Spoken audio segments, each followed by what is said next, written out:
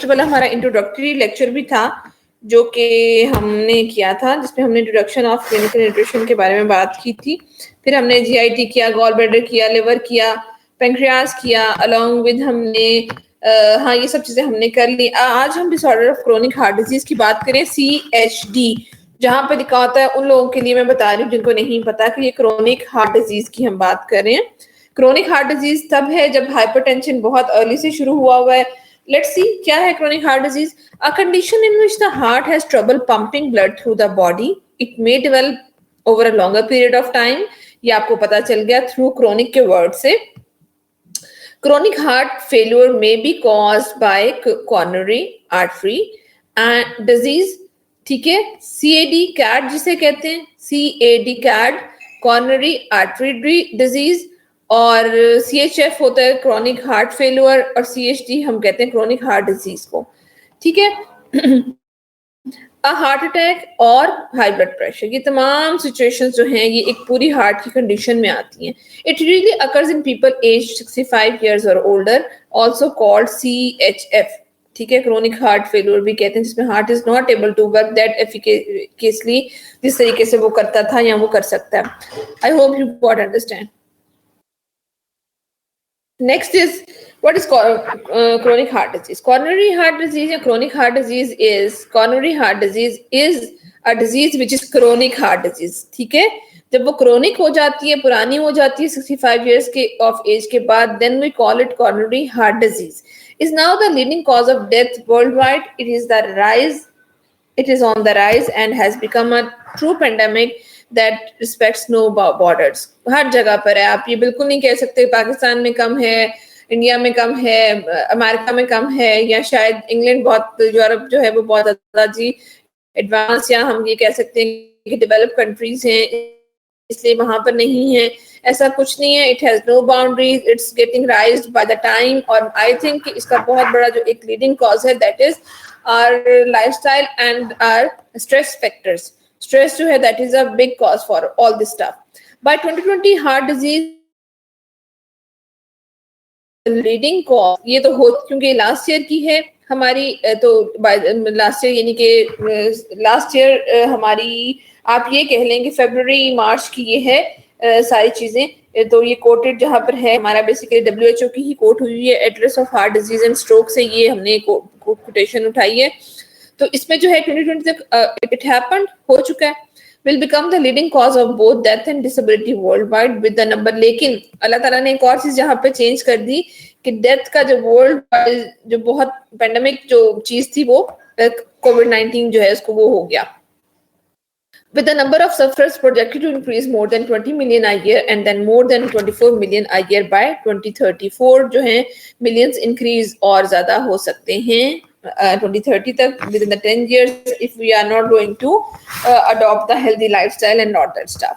Cardiovascular system consists of blood vessels and heart, whose normal functioning depends on meeting certain dietary requirements and whose malfunctioning may require dietary modifications. Yes, at times we do have some kind of metabolic disorders जिसमें हमारी body का metabolic response different होता है, और उसकी वजह से कुछ ऐसे एलिमेंट्स होते हैं जिनकी प्रोडक्शन जो है बॉडी में इब्नॉर्मल होना शुरू हो जाती है।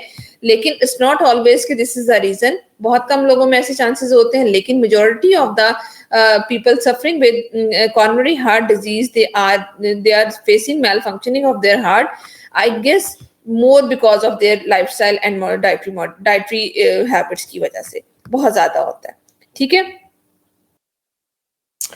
नेक्स्ट है जी एपिडेमियोलॉजी। अगर हम देखें कॉर्नरी हार्ट डिजीज की, coronary heart disease itself is 13% prevalent होती है, stroke 10%, tuberculosis 3%, diarrhoeal diseases 3%. You can see in the other infections and respiratory tract infections, injury, trauma, cancers, malaria, all that stuff. You can see on the top that the highest rate of coronary heart disease is 13%, and this is an old source of WHO. अब probably ये percentage और भी बढ़ गई होगी, specially stroke की जो rate है वो मेरे ख्याल में इससे भी ज्यादा हो गया होगा, क्योंकि इट्स रियली कॉमन। आप अपने इर्द गिर्द भी देख रहे होंगे, it's getting day by day really common to get a stroke or to get a heart attack, ठीक है। When we talk about Pakistan, let's discuss the situation or prevalence of coronary heart disease in Pakistan. Pakistani population has one of the highest risk of coronary heart disease in the world. Why? Because of our, I must say, our simply we can say the central obesity. Central obesity body की जो है वो बहुत ज्यादा है, जिसकी वजह से कॉर्नरी हार्ट डिजीज के चांसेस जो है वो बढ़ जाते हैं. Excuse me. अब जो सेंट्रल ओबेसिटी है, it's not only just because of the tummy is fat, it's because that overall body suffering with obesity. Along with the main cause of the visceral fat is the more consumption of the fat regarding animal fat and high rates of smoking, especially in male community, along with our lifestyle, like हमारा sedentary lifestyle है. ये 3-4 बहुत बड़े important factors हैं. और उससे भी important जो 50% मैं हमेशा कह रही होती हूँ चीज इस चीज को कैटर कर रही होती है, वो होता है आपका जेनेटिक जो वो फॉर्मेशन है वो. Like so let's repeat, genetic formation है, आपका स्मोकिंग रेट है, आपकी consumption of high saturated fats है रिगार्डिंग एनिमल फैट्स, और along with the high rate of visceral fat यानी कि high rate of central obesity और सेडेंटरी लाइफस्टाइल. ये तमाम चीजें मिलके जो हैं ये कॉर्नरी हार्ट डिजीज को प्रमोट और प्रोवोक कर रही हैं पाकिस्तान में. About 30 to 40%. Why angina not detected easily? Because it's always silent, I guess. angina जो है वो हमेशा silent है. And here is like हमारे पाकिस्तान में एक हमारी जिसे कहते हैं ना कि mentally we are this much like बहुत fear बहुत ज्यादा इन सब चीजों का, क्योंकि हम इन चीजों को प्रॉपरली जो है वो हम इनको डायग्नोसिस देन ट्रीटमेंट और देन जिसे कहते हैं ना प्रिवेंटिव मेजर्स जो है वो हम लोग नहीं कर पा रहे होते, जिसकी वजह से वो जो एक फियर फैक्टर है वो बहुत ज्यादा है. फियर बहुत ज्यादा है इन सब चीजों का, और इसकी वजह से जो है ये चीजें जो है ये हमें फिर परेशान भी करती हैं, और उसकी वजह से हम डिटेक्शन की तरफ या हम डायग्नोसिस की तरफ नहीं जा रहे होते. पहले कोशिश करते हैं कि हम खुद ही से इन चीजों को मैनेज करने की कोशिश करें. एक और इम्पॉर्टेंट चीज है लैक ऑफ फैसिलिटीज और एक्सेस जो है वो सारे को इजीली अवेलेबल नहीं है. इफ यू लाइक विजिट अगर आपने करना है डॉक्टर को तो आराम से इट्स लाइक अच्छा खासा हैवी बिल है जो कि हर एक अफोर्ड नहीं कर पा रहा होता. इसलिए ये चीजें जो हैं हमारी हम इनको इग्नोर कर रहे होते हैं. अवेयरनेस क्योंकि ज्यादा नहीं है, लिटरेसी रेट जो है वो भी इसके साथ बहुत हद तक जो है मेरे ख्याल में रिलेट करता है. बिकॉज अगर आपको अवेयरनेस हो प्रॉपरली चीजों की then you can work good for them. ठीक है. About 30 to 40% of all deaths are due to COPD, cardiovascular diseases, reaching about 22 lakhs per year. ठीक है.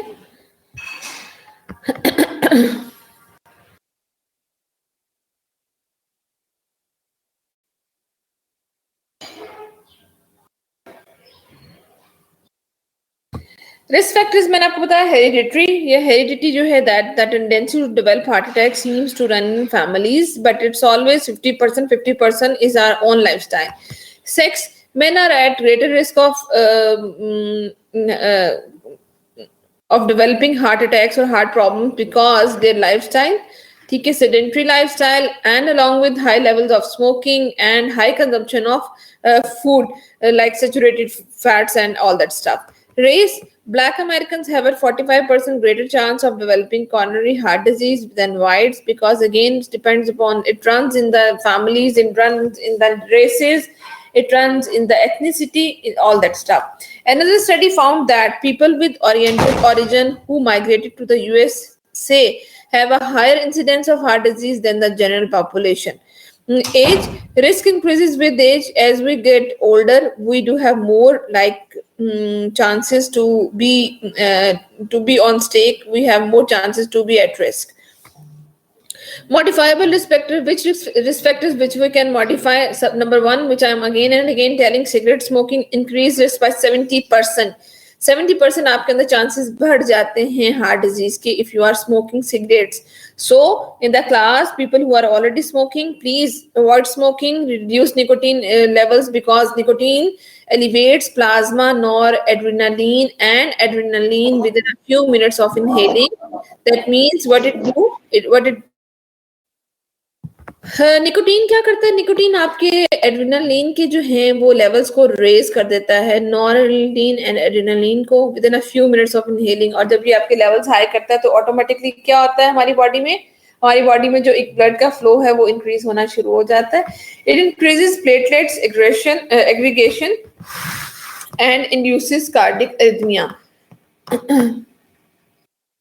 ठीक है, कार्डियक रिदमियाज जो है ये डेवलप करने की कोशिश शुरू कर देता है। Smoking increase cholesterol and LDL levels and increase HDL levels because ये क्या करता है कि आपकी बॉडी में जो एक आपका कोलेस्ट्रॉल का जो एक परफॉर्मा है या परफॉर्मेंस है उसको by the absorption, inhibiting absorption and by facilitating absorption जो है ये फूड को, ये आपके लेवल्स को डिस्टर्ब करता है। The number of smokers in the world estimated at 1.3 billion is estimated to rise to 1.7 billion by 2025 if the global prevalence of tobacco use remain unchanged।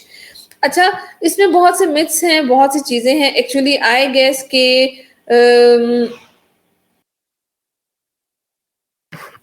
मुझे ये लग रहा है कि ये सब जो चीजें होती हैं it all comes from your brain. ये सब चीजें आपके ब्रेन से ही प्ले हो रही होती हैं। मैं हमेशा ये कहती हूँ बिकॉज होता ये है कि जब आपकी बॉडी में आपके डोपामीन लेवल जो है वो ड्रॉप होना शुरू हो जाते हैं तो फिर which is produced when we feel satisfied. जब हम सेटिस्फाई होते हैं देन ये हार्मोन जो है डोपामीन, इसको हम हैप्पीनेस हार्मोन भी कह रहे होते हैं, one of the happiness hormone. तो ये हमारे No, smoking are, I guess, yes, smoking, I can't say, जी, देखें आपका रिस्क 70% इंक्रीज कर रहा है तो वी कांट से ऑलवेज कि that is the secondary factor, it can be the primary factor in some people who are having very much good lifestyle and they are like working out, they are eating very like कहते हैं ना wisely and all this stuff, उनमें ये है जो है smoking जो है it can be a primary factor, it's not secondary factor। Basically dopamine levels जो है जब आपके ड्रॉप करते हैं then you feel unsatisfied and unhappy. और उसमें ये होता है कि पीपल हु फील कि जी if they smoke they get their self satisfied by because जो निकोटीन है it helps to elevate your levels of like आपके जो डोपामिन के जो लेवल्स हैं या आपके सेरोटोनिन के जो लेवल्स हैं ये उसको इंक्रीज करने में हेल्प करती है। ठीक है, जब हम एक सिगरेट खत्म होता है, why do chain smokers smoke one after another? Why? Because once the levels of dopamine start dropping they urge for another cigarette और this is why they just lit it और उसके बाद इसको इनहेल करते हैं। फिर उसके बाद इसी तरीके से जो है ना एक हमारे लेवल्स जो हैं बॉडी के यूज टू हो जाते हैं। जब वो ड्रॉप करते हैं हमारी body needs for something more और वो दोबारा से वो एक चेन स्मोकिंग की जिसे कहते हैं या फिर एक स्मोकिंग का जो एक लेवल है। I don't know how do people who smoke they say we get better digestion, we get better like work capability या capacity. It's all because of your brain. I think it's all comes there are so many other ways by which we can get good levels of dopamine. There are so many other ways, बहुत सी foods हैं जो कि हमारे dopamine के levels को, हमारे serotonin level को इनको अच्छा करती हैं, हाई करती हैं।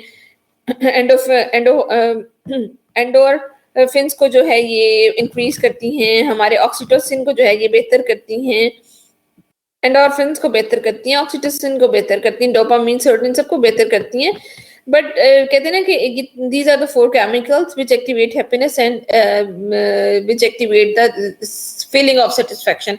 लेकिन जो है ना जी बहुत से लोग इसको डिनाई करते हैं। So please find out other ways to get yourself satisfied. Then the other reason is high blood pressure, major risk factor of the heart attack and stroke because बहुत बड़ा इंपॉर्टेंट लीडिंग फैक्टर है। आजकल बात high blood pressure से शुरू होती है और फिर ये आगे जाती है। हाई ब्लड प्रेशर जो है that is also a leading or major risk factor for the heart attack and stroke because high blood pressure he initial stages होती हैं जो कि हमें जिससे हम जो है ना मुझे ये कहना चाहिए कि इंडिकेट करते हैं बात जो है वो ब्लड प्रेशर से शुरू होती है, फिर ऐसे चलते हमारी वेसल्स तक आती है। फिर अक्सर अगर हम एथेरोस्क्लेरोसिस की तरफ भी जाते हैं और उसके बाद फिर हमारी हार्डनिंग ऑफ द हमारी हार्ट की वॉल्स की और फिर उसकी फंक्शनिंग, फिर वॉल्व्स, फिर ये सब चीजें इन्वॉल्व होती हैं that provoke like cardiac arrest और हार्ट अटैक्स। ठीक है, ये सब चीजें इसके साथ साथ होती हैं। अच्छा जी, हाई ब्लड प्रेशर की अगर हम रेंजेस की बात करें, डिफरेंट रेंजेस हैं, लेकिन but when it comes to 130, I guess 130 by 85, I guess, तो इसको हम हाई ब्लड प्रेशर में इसको हम उसमें लेके आते हैं फिर। लेकिन जब ये परसिस्ट कर रहा होता है कुछ अरसे तक, तो देन हम डायग्नोज करते हैं कि patient is suffering with hypertension. ठीक है, फिर इसके बाद 159 समथिंग है इसके लेवल्स। इसी तरीके से इसकी पूरी जो है डब्ल्यूएचओ ने इसकी कहना चाहिए कि ग्रुपिंग की हुई है, अकॉर्डिंगली हम हाइपरटेंशन को जो है डिफाइन करते हैं। ठीक है, अब हाइपरटेंशन जो है वो हाइपरटेंशन के भी बहुत से कॉजेज होते हैं। इससे भी मैंने आपको बताया कि जी आपका intake of certain foods like caffeinated drinks हैं, हमारे पास कैफिनेटेड फूड्स हैं, कैफीन है, निकोटीन है, अलोंग विद हमारे पास एक और चीज जिसे हम कहते हैं जो हाई ब्लड प्रेशर कॉज कर सकती है, ड्रग्स हैं। There are certain drugs which can cause hypertension like NSAIDs हैं, जो कि उनके इस्तेमाल से भी हाइपरटेंशन जो है वो हो सकता है। इसकी जो है डिफरेंट रेंजेस हैं हाइपरटेंशन की। मैंने आपको बताया कि अगर ये इफ इट्स लाइक के ऑप्टिमल की बात करते हैं should be less than 120, normal जो है 120 से 129 है। व्हेन इट टचेस 130 इसका मतलब है कि ये हाई नॉर्मल है। फिर ग्रेड 1, ग्रेड 2, ग्रेड 3 हाइपरटेंशन यानी कि माइल्ड, मॉडरेट एंड सीवियर में हम इसको डिवाइड करते हैं। और फिर इसके बाद जो है अगर ये परसिस्टेंटली जो है हमारा मोर देन 140 और 190 और लेस और 90 से अबव रहे, तो फिर हम इसको डिफरेंट डायस्टोलिक 90 से अबव रहे तो हम इसको डिफरेंट कैटेगरी में आइसोलेटेड सिस्टोलिक प्रेशर में लेकर आते हैं। लेकिन जो सीवियर हाइपरटेंशन है उसमें जो है पेशेंट्स के बीपी जो है वो सिस्टोलिक 180 से ज्यादा और आई गेस जो डायस्टोलिक है वो 110 से ज्यादा जा रहे होते हैं। ठीक है, नाउ हाँ, और क्या चीजें हैं जो हाइपरटेंशन के बारे में हम डिस्कस कर सकते हैं। बेसिकली जो हाइपरटेंशन है वो क्यों होता है, ठीक है, स्ट्रेस का बहुत, मैंने आपको शुरू में बताया कि stress is also major cause of hypertension. जो स्ट्रेस है वो हार्मोन रिलीज करता है आपकी बॉडी में जो कि टेम्परली आपकी ब्लड प्रेशर को रेट राइज करते हैं और उससे क्या होता है कि आपका हार्ट की जो बीटिंग है वो फास्ट हो जाती है। There is no proof that stress जो है वो इटसेल्फ कोई बहुत लॉन्ग टर्म हाइपरटेंशन के जो है वो कॉज करता हो, लेकिन हाई ब्लड प्रेशर जो है स्ट्रेसफुल सिचुएशंस में होता है हार्मोन रिलीज की वजह से। अब ये जी है हार्मोन आपके जो है ये कौन रिलीज कर रहा होता है, एड्रिनल ग्लैंड्स रिलीज कर रहे होते हैं जब एल्डोस्टेरोन हार्मोन बहुत ज्यादा जो है वो प्रोड्यूस होता है। इसके अलावा किडनीज जो है रेनिन प्रोड्यूस करती हैं, वो भी एक इम्पॉर्टेंट फैक्टर है जो कि हाई ब्लड प्रेशर को कैटर करता है या उसको बढ़ाता है या जो उसको उसको अपने साथ जो है ना वो मतलब एक लीडिंग कॉज है। अच्छा, जब बार बार हम स्ट्रेसफुल सिचुएशंस में जाते हैं तो उससे थोड़ी देर के लिए टेम्पररी आपका बीपी हाई होता है और फिर उससे हम सिचुएशन से गुजरते हैं तो हमारा बीपी जो है वो नॉर्मल सिचुएशन में चला जाता है। लेकिन कहते हैं कि जी लेकिन this is not an ideal situation, it's not थोड़ी देर के लिए हमारा बीपी हाई होता है और फिर हमारा बीपी जो है नॉर्मल हो जाता है, but it's not always an ideal situation to get lose our temper lose नहीं करना चाहिए, गुस्सा नहीं करना चाहिए, क्योंकि नॉर्मली मैं खुद भी ऐसे कभी कभार हो जाता है एकदम से आप किसी अनयूजुअल बात पे या कोई ऐसी बात जो कि आपके आउट ऑफ द वो चल रही है तो आप हाइपर हो जाते हो। लेकिन वो बार बार की जो ये एपिसोड्स होती हैं ये क्या करती हैं, ये आपको नॉर्मल तो फिर कर देती हैं, लेकिन जो जी बार बार की फ्लक्चुएशन होती हैं ये क्या करती हैं, ये आपकी वेसल्स को बार बार स्ट्रेच रिलैक्स जब करती हैं तो उनकी इलास्टिसिटी को खराब कर देती हैं। ठीक है, उनकी इलास्टिसिटी को स्ट्रेस में आपकी बॉडी सर्टेन हार्मोन्स प्रोड्यूस करना शुरू कर देती है, जिससे मैंने आपको बताया कि अभी मैंने आपको बोला कि जी विच हार्मोन जो कि एड्रिनल ग्लैंड्स जो है वो आपके हार्मोन जो है वो या एल्डोस्टेरोन हार्मोन्स की जब हम बात करते हैं कि वो रिलीज करते हैं तो एकदम से जो है ना आपके जो है लेवल्स वो हाई लेवल ऑफ सोडियम की वजह से बढ़ना शुरू कर देते हैं। तो ये भी स्ट्रेस का बहुत इंपॉर्टेंट जो है वो कॉज है, या हम कह सकते हैं हाई ब्लड प्रेशर का बहुत इंपॉर्टेंट कॉज है। इसके साथ साथ जो है किडनी फंक्शन, अक्सर लोग जो क्रोनिक किडनी एट टाइम्स ऐसा होता है कि जिन लोगों को हाई ब्लड प्रेशर होता है उनके में किडनी फेलियर हो जाता है। ठीक है, किडनीज जो है वो खुद इटसेल्फ हार्मोन रिलीज करती है, रेनिन रिलीज करती है जो कि आपके ब्लड में आपके जो है मैकेनिज्म जो है आपका एक्सक्रीशन ऑफ सोडियम को ये कंट्रोल कर रही होती है। तो ये सब चीजें जो है ना इफेक्ट करती हैं, लेकिन कोशिश करनी चाहिए कि थोड़ा सा कंट्रोल करें इन सब सिचुएशंस को। Okay, blood cholesterol levels, yes, it's also a very important factor which can lead to coronary heart disease, especially हमारे total cholesterol level which should be less than 200 milligram per deciliter. They are basically considered as desirable for adults. A reading between 200 to 239 milligram per deciliter is considered borderline high, and then if the reading is more than 240 milligram per deciliter and above is considered as high. The now LDL cholesterol जो है, it's a bad cholesterol. These levels should be less than 100 milligram per deciliter. Levels of 100 to 129 milligram per deciliter are acceptable for people with no health issues, but maybe of more concern for those with heart disease and heart risk factors की वजह से. अच्छा जी, इसके बाद a reading of 130 to 159 milligram per deciliter is borderline for LDL, and 160 to 189 milligram per deciliter is too high. A reading of 190 milligram per deciliter or higher is considered very high. These are all the recommendations for LDL, low density lipoproteins. Okay. इसके बाद HDL को good hormone कहा जाता है, या इसको हम healthy hormone भी कहते हैं, हेल्दी कोलेस्ट्रॉल भी कहते हैं, या गुड कोलेस्ट्रॉल भी कहते हैं, because it's something heart friendly. Normally it's we can get all the HDL from omega 3 and omega 6 sources. HDL levels should be kept higher. Why? Because a reading of less than 40 milligram, कुछ labs जो हैं वो 35 milligram को भी कहती हैं कि उससे अगर कम हो, is considered a major risk factor for heart disease. A reading from 41 to 59 milligram is considered borderline low, and the optimal reading for HDL levels is 60 milligram per deciliter or higher. मैंने आपको बताया कि ये lab two lab very कर रही होती हैं, कुछ में जो है ये 35 भी आती है, लेकिन फिर इसका हम यूनिट भी चेंज कर देते हैं, ठीक है, इंक्रीज कर देते हैं यूनिट भी साथ में. High levels increases risk of higher than 200 जो होता है वो आपका लेवल रिस्क कर देता है, and low HDL cholesterol less than 35 जो है ये आपको रिस्क पे डाल देते हैं. मैंने आपको बताया cholesterol levels vary by age, weight and gender. Yes, ये तीनों चीजें जो हैं ये भी कोलेस्ट्रॉल लेवल्स को वेरी कर रही होती हैं. Cholesterol levels tend to increase with age. Life के साथ साथ जो है ये चीजें इंक्रीज करना शुरू हो जाती हैं, क्योंकि इसमें बहुत से ऐसे दूसरे फैक्टर्स आते हैं जो कि इसको जो उसको कंपनसेट कर रहे होते हैं, ठीक है. Liver is not always bad, it's good for our brain functioning and brain cells and brain lining as well.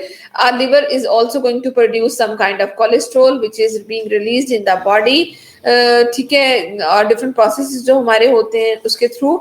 लेकिन स्टिल जो हमारा कोलेस्ट्रॉल इनटेक बाय फूड है, हमें उसको कंट्रोल रखना चाहिए, उसको हमें जो है वो क्रॉस नहीं करना, बिकॉज जो है ये तमाम चीजें जो हैं ये क्या करती हैं, लीड करती हैं हार्ट प्रॉब्लम्स को और हार्ट डिजीजेस को. बेसिकली हाई कोलेस्ट्रॉल लेवल्स क्या करते हैं, हाई कोलेस्ट्रॉल लेवल्स जो होते हैं वो हमारी आर्टरीज के अंदर जो है वो जमना शुरू हो जाते हैं या उसकी लाइनिंग को थिक करना शुरू कर देते हैं. Same with the case, you can take an example of some pipe, any pipe.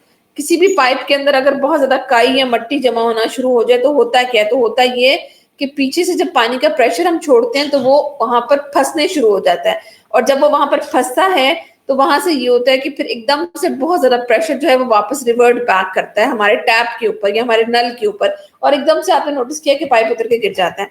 Same case happens with our heart कि जब हमारी आर्टरीज जो है वो तंग हो जाती हैं, हमारी आर्टरीज जो है वो स्लो हो जाती हैं, उनकी इलास्टिसिटी जो है वो बाय द एज कम होना भी शुरू हो जाती है, और there are some other factors जो कि इसको करते हैं कॉज.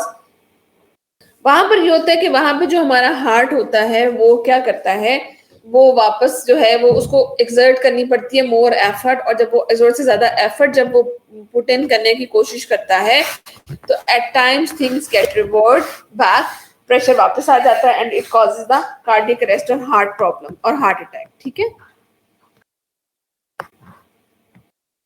डायबिटीज मेलाइटिस भी एक इम्पॉर्टेंट जो है फैक्टर है जो कि कंट्रीब्यूट करता है या कंडीशन करता है कॉरोनरी हार्ट डिजीज को. कॉर्नरी आर्टरी डिजीज को। CAD या कॉर्नरी आर्टरी डिजीज जो है is the major dominant of the long term prognosis among patient with diabetes mellitus. इसमें ये होता है कि डायबिटीज मेलाइटिस में क्योंकि ओवरऑल बॉडी में इन्फ्लेमेशन चल रही होती है, एंड आई टोल्ड यू कि पहले भी शायद के ठीक है, कॉर्नरी आर्टरी डिजीज जो है वो एक मेजर डिटर्मिनेंट है of long term prognosis of diabetes का पेशेंट में, बिकॉज डायबिटीज मेलाइटिस के जो पेशेंट होते हैं, मैंने आपको बताया इन्फ्लेमेटरी फैक्टर की वजह से हमारी जो बॉडी है वो पूरी उसकी जितनी भी हमारे पास वेन्स और नर्व्स होती हैं, ये सब जो है ये एक किस्म की अपनी जो एक्टिविटी है उसको कम करना शुरू कर देती हैं by the time, by the age, by the prognosis of the disease. So जहाँ पे ये सब चीजों को इफेक्ट कर रही होती है वहां पे हमारे कार्डियक मसल्स को और हमारे कार्डियक जो वेसल्स हैं उसको भी इफेक्ट कर रही होती हैं। Diabetes mellitus associated with 2 to 4 fold increase mortality rate from heart disease.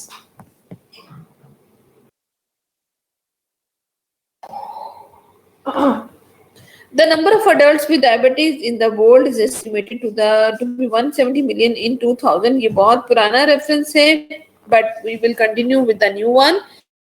Thus, by the year 25, over 75% of all people with diabetes will belonging to be developing countries, because it's a tsunami. I must say एक tsunami है, एक ऐसा tsunami जो कि beyond boundaries, जैसे कि हमने coronary artery heart disease की बात की थी, ये भी बियॉन्ड बाउंड्रीज जो है ये काम करता है। और आप ये बात रखेंगे जो चीज जेनेटिक्स में या एक फैमिली में रन करती है तो उनके जो ऑफ स्प्रिंग्स होते हैं उनमें बहुत सारे चांसेस होते हैं कि वो उसी प्रॉब्लम को जो है वो डेवलप करेंगे। लेकिन again it's a good thing इस तरीके से, क्योंकि हमारा लाइफस्टाइल भी बहुत सा फैमिलीज में रन करता है, हमारे खाने पीने की चॉइसेस, हमारी रहन सहन, हमारी थिंकिंग प्रोसेसेस, हमारी नफ्सियात जिसे कहते हैं साइकोलॉजी, ये हम एक पैटर्न पे चल रहे होते हैं, फैमिलीज के अंदर चीजें रन कर रही होती हैं, और जब ये चीजें रन कर रही होती हैं तो फिर ये चांसेस होते हैं कि ये एक जनरेशन से अगली में मुंतकिल होंगी।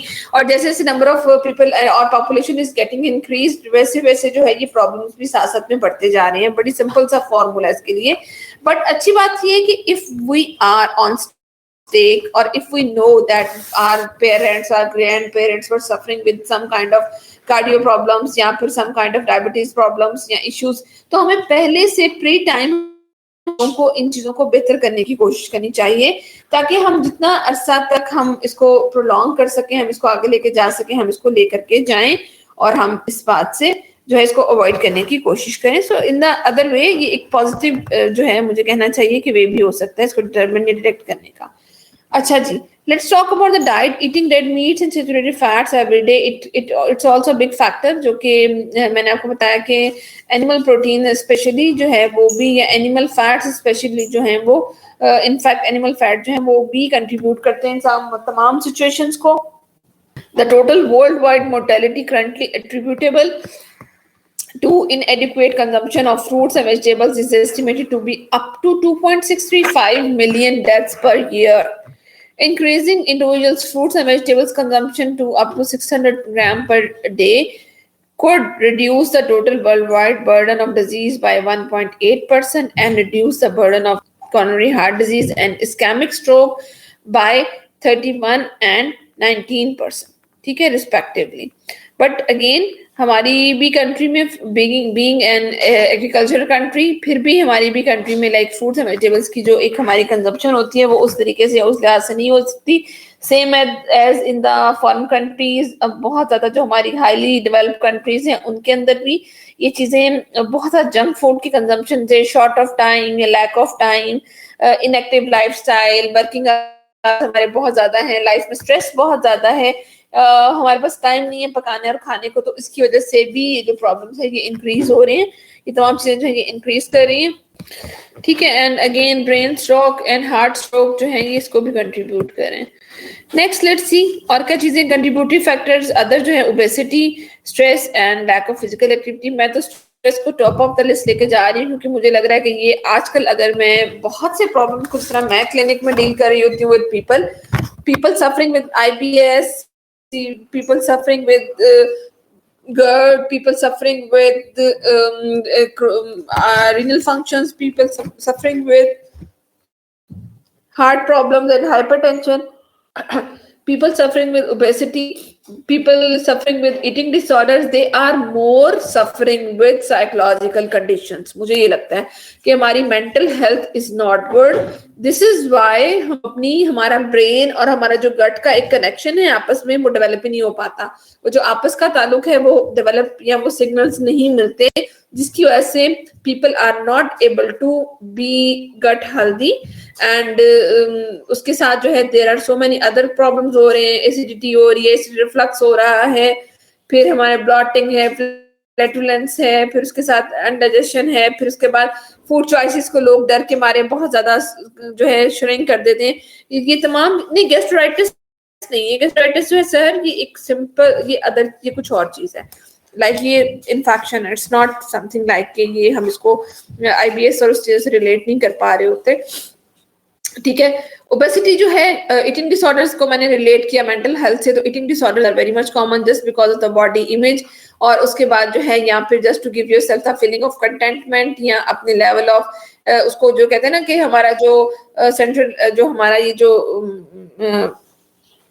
हमारे जो ब्रेन जो हमारे हार्मोन्स हैं ये हमारा बहुत इंपॉर्टेंट रोल प्ले कर रहे होते हैं ओबेसिटी को कंट्रोल करने में. ठीक है. हाइपोथैलेमस जो है हमारा ये कंट्रोल कर रहा होता है सब चीजों को, हमारी सिग्नलिंग को. सो इसलिए हम इसको कह सकते हैं कि यस ओबेसिटी जो है ये अगर हाई है, ओबेसिटी ज्यादा है तो हाई ब्लड प्रेशर हो सकता है और कोलेस्ट्रॉल लेवल भी डेफिनेटली हाई हो सकते हैं. BMI more than 25 can put an individual at risk. ये भी बहुत इंपॉर्टेंट चीज है.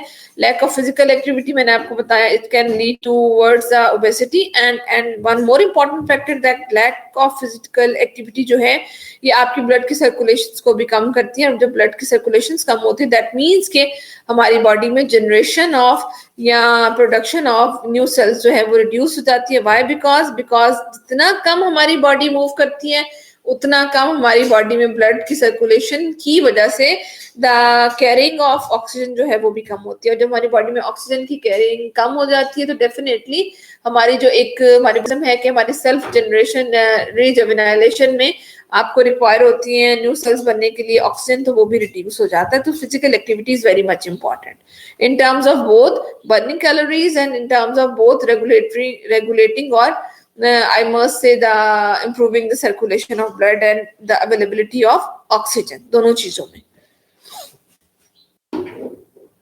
Dietary guidelines for prevention. What are the American dietary guidelines? American Heart Association या AHA recommends that prudent diet for prevention of chronic heart disease. What is a prudent diet? Prudent diet is that is low in cholesterol, that is low in calories, that low in total fats, that low in carbohydrates, and that is medium in proteins, I must say. Cholesterol 300 milligram recommended intake है. Total calories should be reduced to achieve ideal body weight. They can come to like हम 1200 से 1500 के बीच में जा सकते हैं.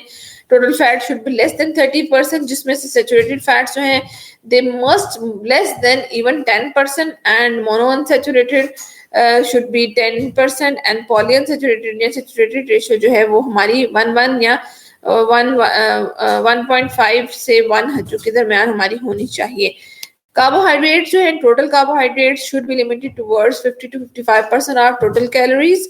Starch should be increase and simple sugars जो कि हमारे सादा शुगर्स हैं जिसमें हमारे पास फ्रुक्टोज आ गया है, हमारे पास जो है वो माल्टोज आ गया है, हमारे पास जो है वो I must say sweet dishes आ गई हैं, बेकरी आइटम्स आ गए, कार्बोनेटेड ड्रिंक्स आ गई, तमाम चीजें शुड बी रिड्यूस्ड. कैंडीज हैं, केक्स हैं, पेस्ट्रीज हैं, they all should be reduce. Protein should be in limited range like it's 15 to 20% per day. Percentage किस तरह निकालते हैं? परसेंटेज सपोज अगर आपने 1500 कैलोरीज खानी है तो उसका आपने 20% निकाल लेना है. जितना भी 20% आपके पास बनेगा तो इसका मतलब है कि इतनी कैलोरीज 1500 का 20% क्या होगा? 300 कैलोरीज. सो ये 300 calories should be come from the protein sources. ये आपको पता होना चाहिए. इसके अकॉर्डिंग हम इस तरीके से इसको डिवाइड करते हैं. ठीक है जी. नेक्स्ट है जी eating smaller portions of proteins, avoiding all whole milk dairy products, increasing consumption of fruits and vegetables. और इसके साथ eating bread, cereals and flour products that do not contain large amounts of sugars and fats, restricting high cholesterol food यानी कि animal food, use of polyunsaturated and monounsaturated oil, ठीक है, ये तमाम चीजें आपको रिक्वायर होती हैं, ठीक है। और small portion of protein like 6 हमारी 3 आउंस की अगर एक सर्विंग है तो 2 servings, all whole milk dairy products increasing consumption, all whole milk यानी कि होल मिल्क नहीं लेना, 1% या नॉन फैट आइटम्स जो हैं वो आपने लेनी है, ठीक है। 1% फैट जिसमें हो आप वो ले सकते हैं, लो फैट ले सकते हैं, या हमारे पास जो फैट फ्री है वो ले सकते हैं। Increasing consumption of fruits and vegetables, eating bread, cereals, and flour products that do not contain large amounts of sugars and fats, restricting high cholesterol foods यानी कि animal food, और उसके साथ मैंने आपको बताया कि polyunsaturated and monounsaturated oils का पूफा एंड मूफा का जो है वो हम कॉम्बिनेशन, जहाँ हम उन दोनों को यानी कि स्पेशली जो है कॉड लिवर ऑयल है हमारे पास, ऑलिव ऑयल है, प्लांट ऑयल है, हम इनको यूज कर सकते हैं, ठीक है। Heart failure next. Heart failure क्या है? When your heart is not able to work properly, or it's the inability of the heart to pump blood normally, ठीक है, ये सब चीजें इसके अंदर हैं। कॉजेज क्या है? मायोकार्डियल इन्फेक्शन, मायोकार्डियल इन्फेक्शन है, other forms of ischaemic heart disease, valvular heart disease is also very common. There are so many adults आपके सामने आते होंगे जिनमें जी स्टंट्स पड़ना या स्टंट्स चेंज होना जो है वो that is very much common nowadays. Heart के जो स्टंट्स हैं वो चेंज होते हैं, वाई बिकॉज क्योंकि जो वॉल्व है वो प्रॉपर्ली काम नहीं कर रहे होते, और उनको जो है प्रॉपर्ली कंट्रोल करने के लिए हमें स्टंट्स जो है वो वहां पे लगाने पड़ते हैं ताकि ब्लड के फ्लो को हम कंट्रोल कर सकें, ठीक है। Cardiomyopathy etcetera, cardiomyopathy is basically related towards the heart muscles. Hypertension, it's also very, like I must say, the big cause for heart failure.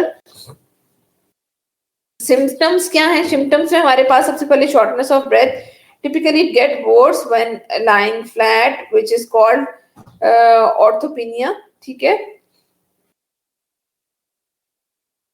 Coughing, chronic venous congestion, ankle swelling, exercise intolerance, these are all those symptoms which can lead to heart failure.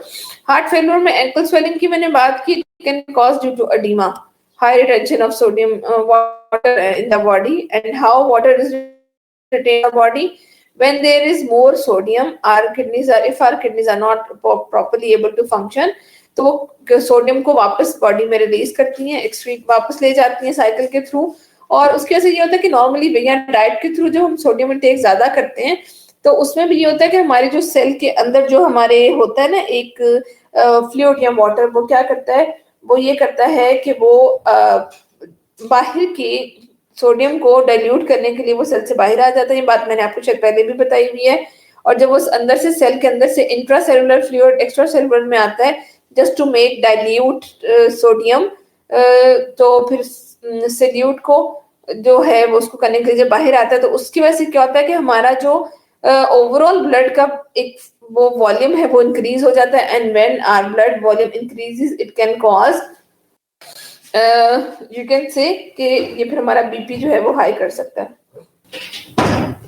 Symptoms आपको मैंने बता दी, और इसके साथ exercise intolerance, yes, it's also a very important cause for जो है वो heart attacks, जिसमें होता ये है कि अक्सर लोग हैं वो उनको मतलब पता नहीं होता, अनअवेयर होते हैं, और वो जिम में जाते हैं, they start saying कि we have to start cardio, we have to do this and we have to do that। उसमें ये होता है कि जो हमारे beats per minute increase होता है, हमारी हार्ट की एक्टिविटी इंक्रीज होती है, तो at times we don't know कि internally our heart is not that much working efficaciously और वर्किंग परफेक्टली, तो उसकी वजह से जो है ये प्रॉब्लम जो है ये जो है वो टॉलरेट हमारी बॉडी एक्सरसाइज को टॉलरेट नहीं कर पा रही होती, and then it can cause like हमारे इस तरह की जो प्रॉब्लम्स हैं, हार्ट अटैक वगैरह जो है ये आ सकते हैं।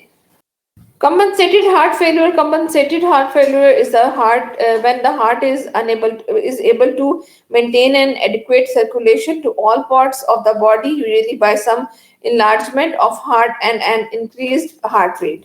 Patients are usually able to perform daily activities if they take care to avoid hurry, unnecessary excitement and strenuous work. ये पुराने जमाने में बहुत ज्यादा होता था कि जी कोई बात इस तरीके की नहीं बतानी कि अगले को कोई हार्ट को कुछ ना हो जाए। कंपनसेटेड हार्ट फेलियर जिसे हम कहते हैं। Decompensated heart failure, the heart is unable to maintain and circulate adequate for the supply of nutrients and oxygen to the tissues.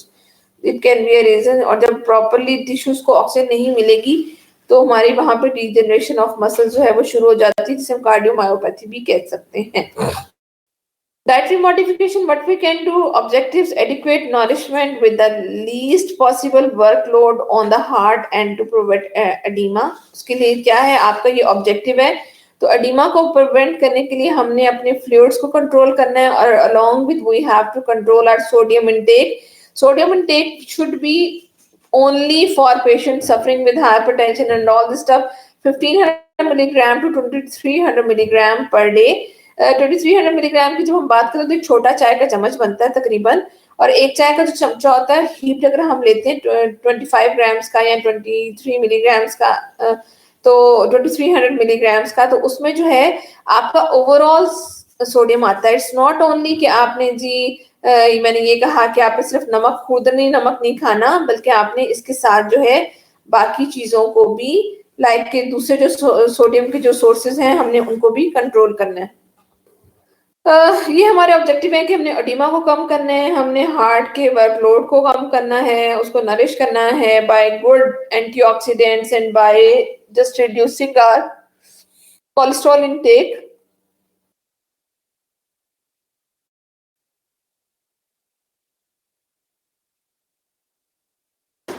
Compensated heart failure की बात करते हैं। Patient must reduce weight if overweight, बल्कि meals should be avoided in order to prevent pressure on heart. Gas vomiting vegetables should be avoided. Dietary stimulants like caffeine in tea, coffee, and cola drinks, and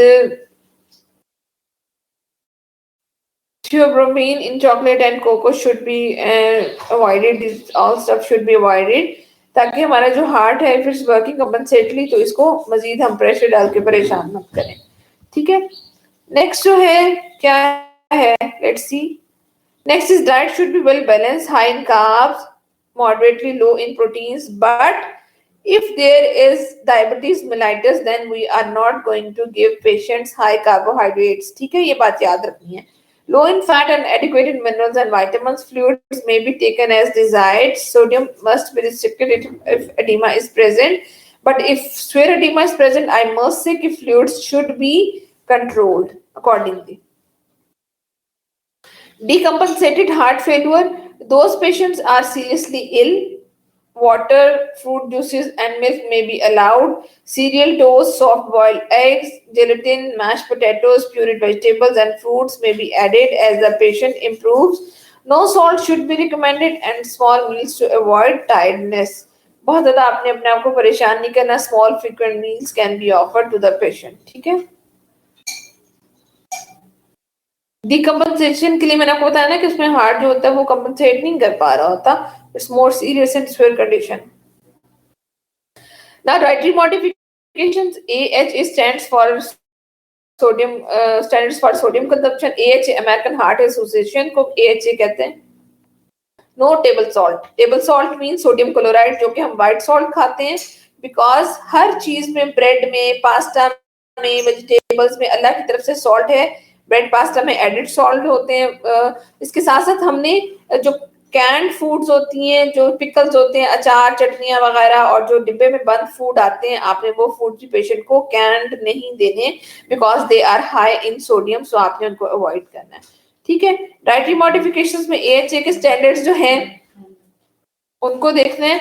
उसके लिए क्या है जी, mild sodium restriction. Mild sodium restriction का मतलब है कि 2 से 3 ग्राम सोडियम डेली जो है वो कंजम्पशन में लेने हैं। 2 से 3 ग्राम जो है वो 2300 मिलीग्राम से 23 से 3000 मिलीग्राम बनते हैं, जो कि उसमें इसका मतलब है कि एक छोटी चाय की चम्मच। मॉडरेट सोडियम जो है रिस्ट्रिक्शन, उसमें 1 gram only sodium per day. Strict sodium restriction में 500 मिलीग्राम सोडियम डेली। ये देखें, ये ग्राम्स का वर्ड है, ये मिलीग्राम्स का है। ठीक है, स्वेयर सोडियम रिस्ट्रिक्शन में 2 सोडियम डेली, 250 मिलीग्राम्स का मतलब है कि ये एक चाय की आधी चम्मच बनती है। To convert sodium to salt, you need to multiply the amount of sodium by 2.5.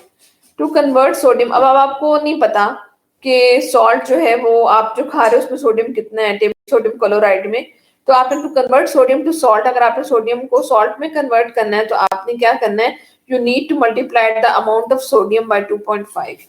2.5 से आप इसको मल्टीप्लाई कर देना है. Thus a sodium intake of 100 milligram is equivalent to consuming, अगर 100 ग्राम मिलीग्राम आपने सोडियम कंज्यूम किया तो आपने इसको अगर सॉल्ट में कन्वर्ट करना है तो वो कैसे करेंगी, आप उसको 1000 मिलीग्राम्स को 2.5 से मल्टीप्लाई करेंगी. 2.5 कर लें, ये ग्राम्स है और 2500 मिलीग्राम छोटा यूनिट आ गया आपके पास. ठीक है. I don't know about no salt. No salt brand is basically salt substitutes. और हम पेशेंट्स को I do not recommend कि आप no salt, no sugar, no salt is right. The copy of sucrol, the copy of हम जो क्या कहते हैं जी, जो कौन सी स्टेविया, the copy of जितने भी स्वीट अल्टरनेटिव्स है, इसी तरह सॉल्ट अल्टरनेटिव्स है बेसिकली. ठीक है. Yes, it's a constant value, Sumera. A teaspoonful of salt contains approximately 2400 milligram of sodium. आपको नहीं पता तो उसके लिए आपने ये करना है. Yes, we can go for the natural sources. We can add up lemon. We can spice up things. We can just add the other like herbs हम add कर सकते हैं in place of sodium, table salt, sodium chloride के replacement में. Sodium restricted diet एक छोटी सी आपके सामने वो एक एग्जांपल है. Congestive heart failure with oedema, oedema जब आ जाता है तो उसका मतलब है कि यहाँ पे वाटर रिटेंशन ऑलरेडी बॉडी में हो रहा है. Sodium 500 milligram, protein 66 grams, 50 grams and fats है 60 ग्राम्स है. टोटल किलो कैलोरीज है 1800 है for a normal patient. Breakfast है नॉर्मल वेट पेशेंट. ठीक है. ब्रेकफास्ट में फ्रूट जूस है, 1 एग है if and without diabetes mellitus, ये बात भी है. ठीक है. फ्रूट जूस है 1 एग और small helping of white fish. ठीक है. Half slice of bread and honey and tea. Mid morning में टी और मिल्क आप दे सकते हैं. Milk is also containing salt. Lunch में chicken, boiled potatoes, fresh fruits, we can offer them snack. Evening snack में home made biscuits can be there. Dinner में again meat और fish, fruit, any protein source, इधर भी आ गया, इधर भी protein source lunch में भी आ गया और ब्रेकफास्ट में भी ये प्रोटीन का सोर्स आ गया. इसके साथ ये हमारे पास कार्बोहाइड्रेट्स ब्रेड की फॉर्म में आ गई. यहाँ पर हमारे पास कार्बोहाइड्रेट्स जो है वो बॉइल्ड पोटैटोज, फ्रेश फ्रूट की फॉर्म में आ गए. और रात के खाने में हमारे पास जो है वो किसकी फॉर्म में आ गए, ब्रेड की फॉर्म में आ गए, राइस की फॉर्म में आ गए. यहाँ पे मिल्क आप ले रहे हो. शुगर में भी added and no salt. Why sugar can be added if the patient is जो है वो डायबिटिक, तो तब हम शुगर नहीं डालेंगे. ठीक है. Food items containing high sodium, list आप चेक कर लो. मैंने आपको बताया जितनी भी फर्मेंटेड फूड्स हैं हमारे पास, पिकल्स हैं, चीज है, ये सब चीजें क्योंकि फर्मेंटेशन इनमें होती है तो इनमें सॉल्ट वैसे ही हाई होता है. टेबल सॉल्ट है, बेकिंग सोडा, बेकिंग पाउडर, ये सब चीजें. और इसके लिए कहा जाता है कि आपने फिर बेकरी आइटम्स को भी अवॉइड करना होता है. Sauces and salad dressings they all contain soy sauce में naturally sugar contain, salt high होता है. So patient suffering with hypertension, उनको आपने सोया सॉस अवॉइड करनी है. Meat and fish they also contain some salt. Cheese इसको avoid नहीं करना, इसको आपने कंट्रोल करना है. फिर चीज है, पिकल है, इंस्टेंट सूप्स हैं जो फटाफट आपने प्रिपेयर करने हैं. Roasted and salted nuts and seeds हैं. रोस्टेड एंड सॉल्टेड मीन उनके अंदर ऑयल भी होता है, उनके अंदर सॉल्ट भी होता है. आप प्लेन नट्स एंड सीड्स ले सकते हैं. स्नैक्स में जिसमें हमारे पास दूसरे बहुत से, जिसे हम कहते हैं ना कि स्नैक्स होते हैं जिसमें सेवरी स्नैक्स, वो वाले फास्ट फूड्स वगैरह हैं, कैन वेजिटेबल्स हैं या कैन फ्रूट्स हैं या कैन, नहीं फ्रूट्स में तो शुगर होती है. कैन वेजिटेबल्स हैं, कैन मीट्स हैं हमारे पास, पिकल्स हैं, उन सब में विनेगर के अंदर हाई सॉल्ट होता है जो कि it's not good for your health.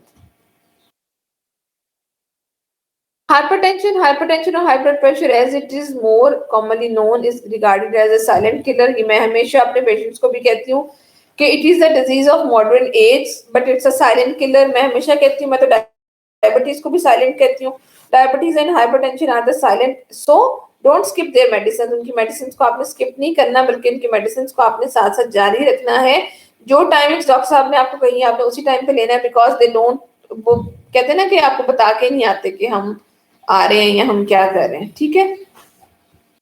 ये अगेन इसके अंदर नॉर्मल टेंसिव और हाइपरटेंसिव जो मैंने आपको भी बताया था 140 पर एंड 90 mmHg जो है that is known as normotensive and hypertensive जो है ओवर 120 to 80 परसिस्टेंट जो हमारी गाइडलाइंस है उसको परसिस्टेंट अगर कर रहा है तो आपको ये इसको ये कहेंगे 130 के बाद जो है वो हाइपरटेंसिव है।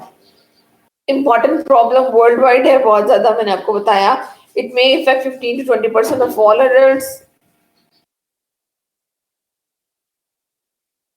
Hypertension is classified as either primary, essential or secondary. ठीक है, about 90 to 90% of cases are termed primary. Hypertension, which refers to high blood pressure for which no medical cause has been found. The remaining 5 to 10% of causes or cases are known as secondary hypertension, and they are caused by other conditions that affect the kidney, arteries, heart, and endocrine system. Prolonged administration of corticosteroids, etc. These are all going to be influenced. The main cause of high blood pressure are stress and faulty style of living, smoking, and an excessive intake of antioxidants, intoxicants like tea, coffee, carbonated drinks, refined foods. They all destroy the natural pace of life and prevent the explosion of waste and exogenous matters from the body into the bloodstream, which causes the toxicity level of our body, or it can increase the oxidative stress, hardening of the arteries, which is called the atherosclerosis, due to the plaque formation, due to the formation of cholesterol in the arteries. Obesity and diabetes are the other causes to lead the hypertension. Excessive intake of common salt and high fat diet, definitely it's because of all that stuff.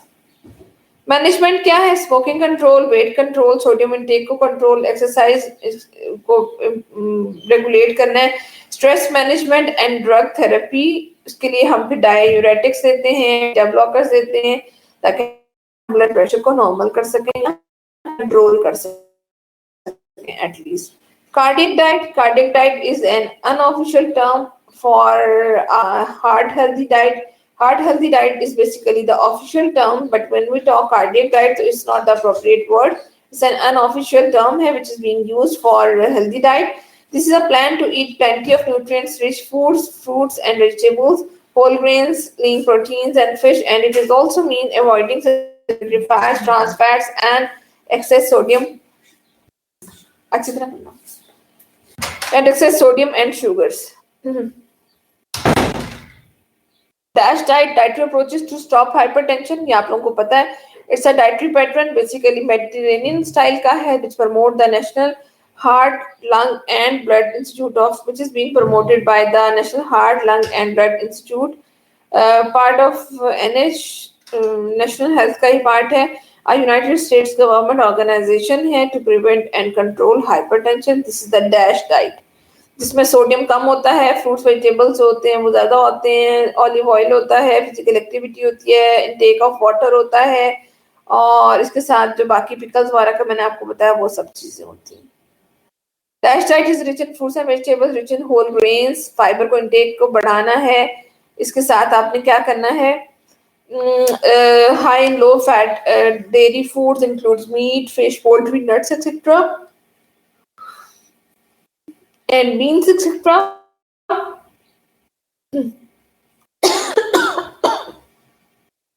It's limited in sugar, sweetened food and beverages, red meats, and added fats.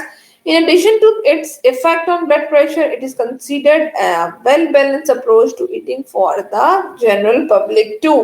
It can be adopted by anybody. Hyperlipidemia को dyslipidemia भी कहा जाता है when our cholesterol levels are disturbed or high. Cholesterol and triglycerides are lipids. When the concentration of triglycerides or cholesterol in our blood is too high, it is considered hyperlipidemia. और अगर कोई कम कोई ज्यादा है तो उसको डिसलिपिडेमिया भी कहते हैं. टाइप्स क्या हैं? काइलोमाइक्रॉन्स क्या है? Basically largest lowest in density due to high lipid protein ratio. Dense में लो होते हैं. Highest in triglycerides as percent of weight. VLDL ठीक है, very low density lipoprotein, second highest in triglycerides as percentage of weight. Ideal intermediate density lipoprotein, LDL is low density lipoprotein, and along with HDL is high density lipoproteins, high density due to the high protein lipid portion. So it's good for your head. It's a heart friendly. HDL are heart friendly. जबकि cholesterol asters जिसमें ज्यादा होते हैं तो उसको हम LDL कहते हैं। एलडीएल जब ज्यादा होता है तो हमारी बॉडी में ऑक्सीडेटिव स्ट्रेस ज्यादा होता है, बिकॉज जो ट्राइग्लिसराइड्स हैं उनकी जो शेपिंग्स हैं वो खराब होकर उनकी बॉन्डिंग खराब होना शुरू हो जाती है। डाइटरी मॉडिफिकेशंस के लिए क्या करना है आपने? The food that best protect against heart disease include oily fish such as mackerel, sardines, tuna, and salmon, which contain omega-3 fatty acids. But when we cook or overcook fish, when we fry fish, इसका मतलब है कि हम उसकी chain को हम खराब और डिस्ट्रॉय कर रहे हैं, उसका कोई फायदा नहीं है। Vegetable oils such as corn, soya, and sunflower oil, which contain omega-6 fatty acids, omega-3 fatty acids containing such as canola oil, olive oil, skim milk mean which is containing less than 1% of fat, egg whites, fish, poultry, veal, lean beef. These are all good for dietary modifications. Grains and cereals, which are then grains and cereals, boiled, grilled, sweet, stewed, and steamed roasted foods.